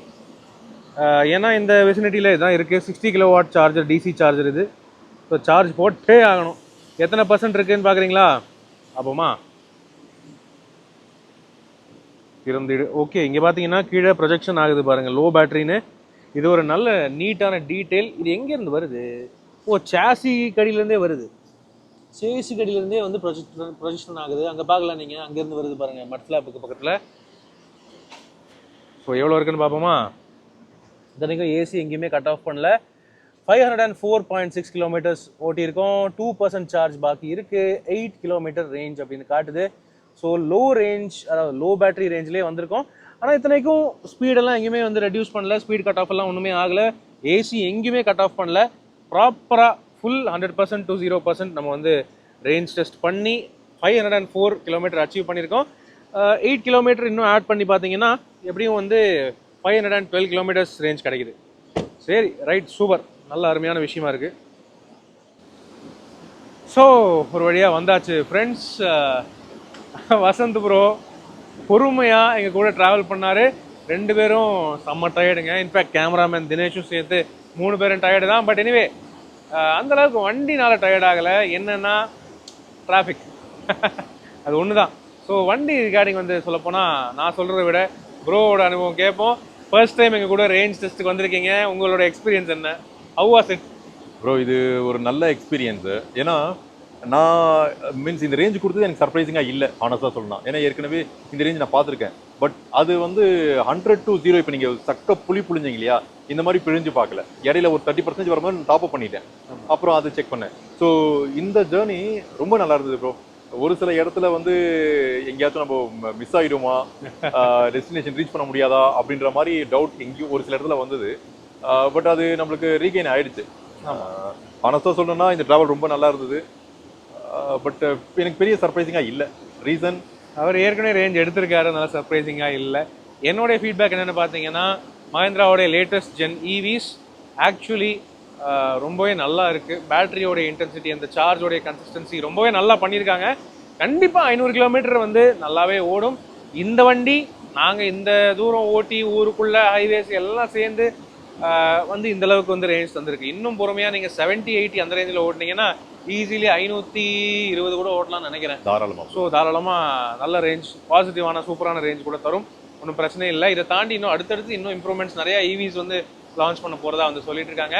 என்னை கேட்டிங்கன்னா அதுக்கு தாராளமாக வெயிட் பண்ணலாம். சரியா? So as of now Mahindra XEV 90 ஒரு ப்ராப்பரான சாலிடான ஃபேமிலி EV காராக இருந்திருக்கு. எல்லா ஃபீச்சர்ஸும் இருக்குது, எல்லா வகையான கம்ஃபர்ட்டும் இருக்குது. எந்த வகையிலையும் டயர்டே ஆகவே இல்லைங்க. டயர்டு எங்களுக்கு வந்து தூங்கலை, அது வேறு விஷயம். பட் வண்டி ரிகார்டிங் எங்கேயுமே வந்து டயர்ட் ஆகலை. சூப்பரான ஒரு ட்ராவலாக இருந்திருக்கு. மேலும் மீதி நார்மல் கார்ஸ் நீங்கள் எந்த டைமில் வருவீங்களோ அதே அளவு தான் இதுக்கும் நம்ம வந்து எடுத்திருக்கோம். ஏன்னா அதே ரேஞ்ச் ஸ்பீடு தான் மெயின்டைன் பண்ணியிருக்கோம். மினிமம் ஸ்பீடு வந்து 70, அதுக்கப்புறம் 80, 90 வரைக்கும் கூட போச்சு, 90, 95 கூட சம்டைம் போச்சு. ஒரு 1-2 இடத்துல 100 கூட டச் பண்ணோம். ஸோ எனக்கு தெரிஞ்சு ரீசனபிள் ஸ்பீடில் நல்லாவே நீங்கள் ப்ராப்பராகவே நல்ல range. And most importantly bro, நம்ம எங்கேயுமே ஏசி டர்ன் ஆஃப் பண்ணல. அண்ட் சர்ப்ரைசிங்லி சில இடத்துல நம்ம மதிய நேரத்துலலாம் வென்டிலேட்டர் சீட்டுமே ஆன் பண்ணோம் பாரு, டிரைவர் அண்ட் கோ பேசஞ்சர், அதுவுமே பண்ணியிருந்தோம். மியூசிக் சிஸ்டமே என்ஜாய் பண்ணிட்டு இருந்தோம். எல்லாத்துக்கும் மேல நமக்கு மியூசிக் மட்டும் இல்லை, ஆம்பியன்ட் லைட்டிங் எல்லாத்தையும் நோண்டிட்டு எதையுமே சும்மாவே இல்லைங்க, என்னால் நோண்டிட்டு தான் வந்தோம். அண்ட் இன்னொரு விஷயம், நம்ம சர்டன் கார்ஸ்ல இருக்கிற மாதிரி பர்சன்டேஜ் ஒரு 5%, 10% ட்ராப் ஆகும்போது ஸ்பீட் ரெடியூஸ் ஆகல. ஆமா, அதே மாதிரி நமக்கு ஏசியோட டெம்பரேச்சர் ஒரு லெவல் அப்படின்னு இல்லை, 17 கூட நம்மளால வைக்க முடியுது. ஃபேன் ஸ்பீட் ஃபுல் ஸ்பீட்ல வைக்க முடியுது. இது எல்லாமே ஈவன் வித் பர்சன்டேஜ் ஆஃப் 2 பேட்டரியிலையுமே. கரெக்ட். அது ஒன்று தான். நான் வந்து இது வரைக்கும் ரேஞ்ச் டெஸ்ட் பண்ணதுலேயே ஜென்ரலாகவே மீதி எல்லா ஈவிஸுமே வந்து பார்த்தீங்கன்னா ஒரு 5%க்கு கீழே போச்சுனாலே ஸ்பீட் கட் ஆஃப் பண்ணிடும், ஏசியும் கட் ஆஃப் பண்ணிடும், நிறைய லிமிடேஷன்ஸ் இருக்கும். ஆனால் இது அப்படி இல்லை, 2% தான் இருக்குது. ஆனாலும் இப்போ வரைக்கும் ஃபுல்லாக நீங்கள் ஏசியை யூஸ் பண்ணலாம், ஃபுல்லாகவே ஆடியோ சிஸ்டமும் யூஸ் பண்ணலாம், எந்த வகையிலுமே எதுவுமே ஆகலை. பவர் சேவிங் மோடு வந்து ஆட்டோமேட்டிக்காக அது கேட்கும், அது நம்ம வேணும்னா ஆக்டிவேட் பண்ணிக்கலாம். அதுதான் இருந்துச்சு. ஸோ பிரில்லியண்டான ஒரு ஈவி. இதை தொடர்ந்து இன்னும் மேலும் பல ஈவிஸ் நம்ம வந்து பார்க்கலாம் ஃபியூச்சரில் மஹிந்திராலேருந்து நினைக்கிறேன். அதுக்காக காத்திருப்போம். ஸோ ப்ரோ ரொம்ப ரொம்ப தேங்க்ஸ். நான் தான் உங்களுக்கு தேங்க்ஸ் சொல்லணும். ரீசன் என்னன்னா, இந்த வண்டியை பற்றி நம்மளால முடிஞ்ச அளவுக்கு உங்கள் சேனல் மூலியமா ஷேர் பண்ண முடிஞ்சது எனக்கு ஒரு சந்தோஷம். ஃபைனலாக ஒரு வெற்றி குறி போட்டுக்கலாமா? ஸோ மேலும் பல வீடியோக்களில் சந்திப்போம். உங்ககிட்ட XUV 9e, B60 எந்த காராக இருந்தாலும் உங்களுடைய கருத்துக்களை நீங்கள் தாராளமாக ஷேர் பண்ணலாம். நீங்கள் எவ்வளோ ரேஞ்ச் எடுத்திருக்கீங்க அதையும் கீழே கமெண்ட் செக்ஷனில் பகிர்ந்துக்கங்க. முக்கியமாக யூசர் ரிவ்யூ அப்படின்னு வந்து பார்த்தீங்கன்னா, உங்கள் கார் நான் ரிவ்யூ பண்ணோம் அப்படின்னு நினச்சிங்கன்னா காண்டாக்ட் நம்பர் நான் மேலே ஸ்க்ரீனில் கொடுத்துருக்கேன், தாராளமாக நீங்கள் காண்டாக்ட் பண்ணலாம். உங்கள் ஏரியாவுக்கு தேடி வந்து சென்னை போய் நான் எடுத்துகிட்டு வந்திருக்கேன். ஸோ அப்படின்னு இருக்கும்போது நீங்கள் உங்கள் ஏரியாவுக்கு தேடி வந்து உங்கள் கார் நான் ரிவ்யூ பண்ணுவேன். தாராளமாக உங்களுடைய கார் டீட்டெயில்ஸ் எல்லாம் கொஞ்சம் நான் அனுப்பிச்சு கொடுங்க வாட்ஸ்அப்பில். we will be in touch. Okay, so இப்போதைக்கு உங்களிடமிருந்து விடைபெறுவது அன்புடன் விப்ரஜேஷ் மற்றும் வசந்த் ப்ரோ. நன்றி. மேலும் பல வீடியோக்களில் சந்திப்போம். வணக்கம். Okay done bro.